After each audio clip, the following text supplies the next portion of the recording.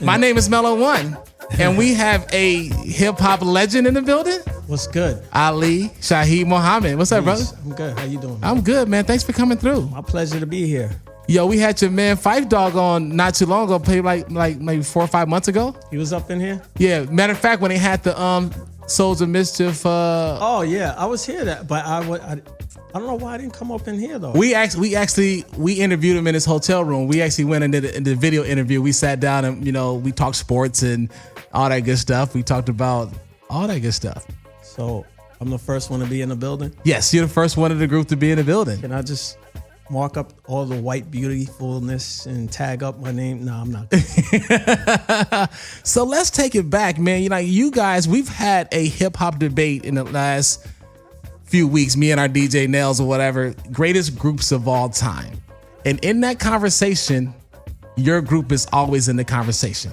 It's nice to be talked about. Nice to be in the conversation. How does it feel like when you see like kids that are like wasn't even born yet knowing the words to your records and vibing to what you guys did?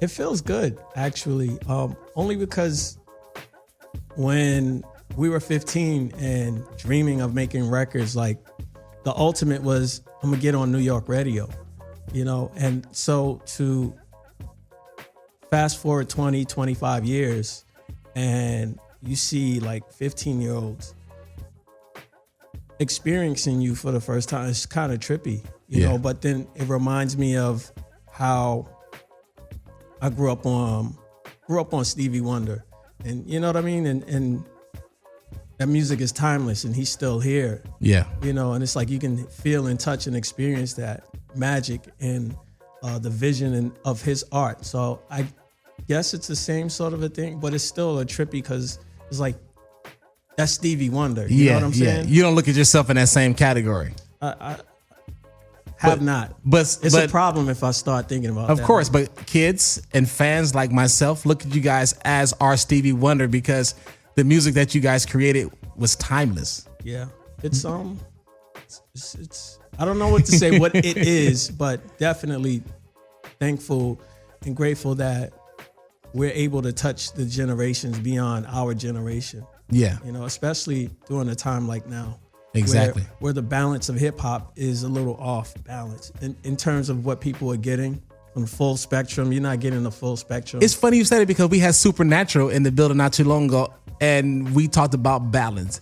I remember before when you guys and De La was doing your thing, we can look at a rap show and see De La Soul, Poor Righteous Teacher, and NWA. Exactly. In the same rap show. Now you listen to the radio and it's all kind of the same thing. There's no fashion or there's no like Souls of Mischief got an amazing new album and you can't hear that on, commercial radio. Absolutely. And why do you think there's no balance now, but it was back then? I think that the money aspect of selling records and it being packaged as a product and all the things that really came with it from the financial aspect of it just kind of changed it. It changed it for radio. It changed it for the video that stations that supported and played it. It changed it even for the artists and the type of music that they were making. And so when the love of the art was no longer like in the forefront, then,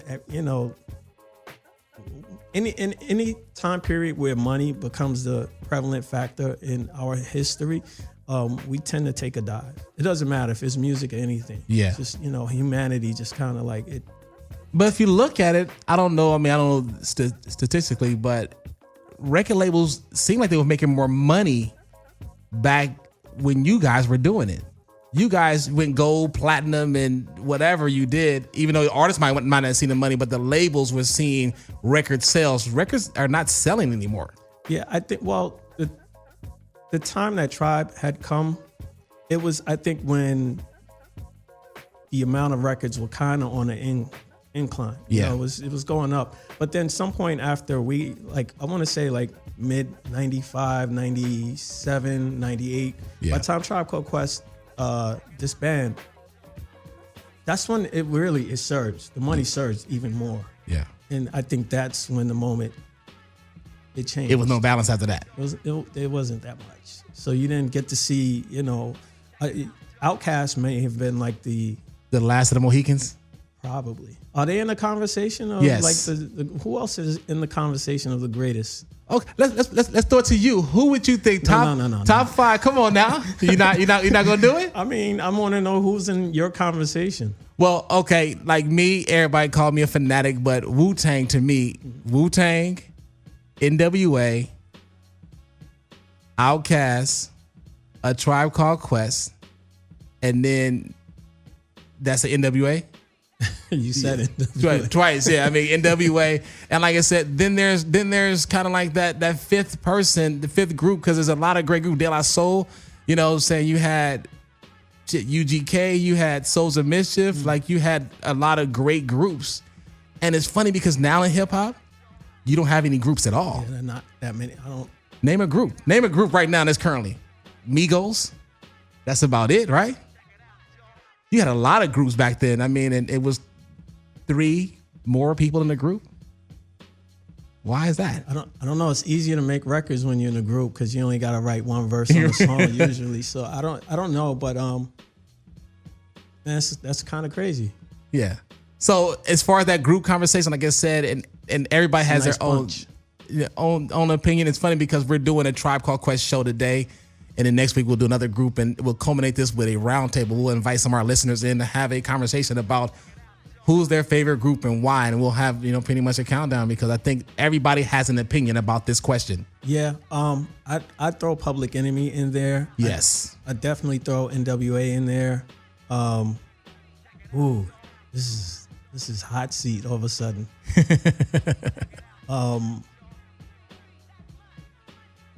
I'm like Pete Rock, CL Smooth. That's a group. Gangstar. That's a group. Like this is.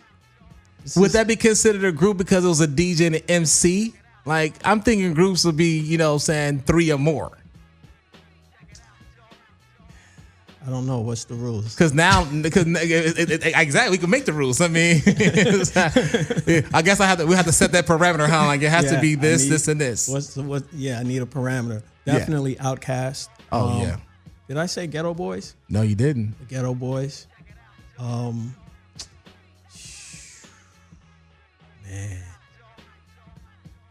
I think out of all the people you name, I think that Public Enemy was the best well-rounded group of all time.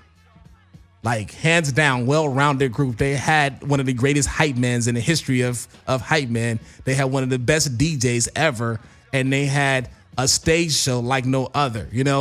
And they still do. I mean, honestly, Chuck D's they still. He's in his 50s and killing shows. He's killing shows. Run DMC. Yes.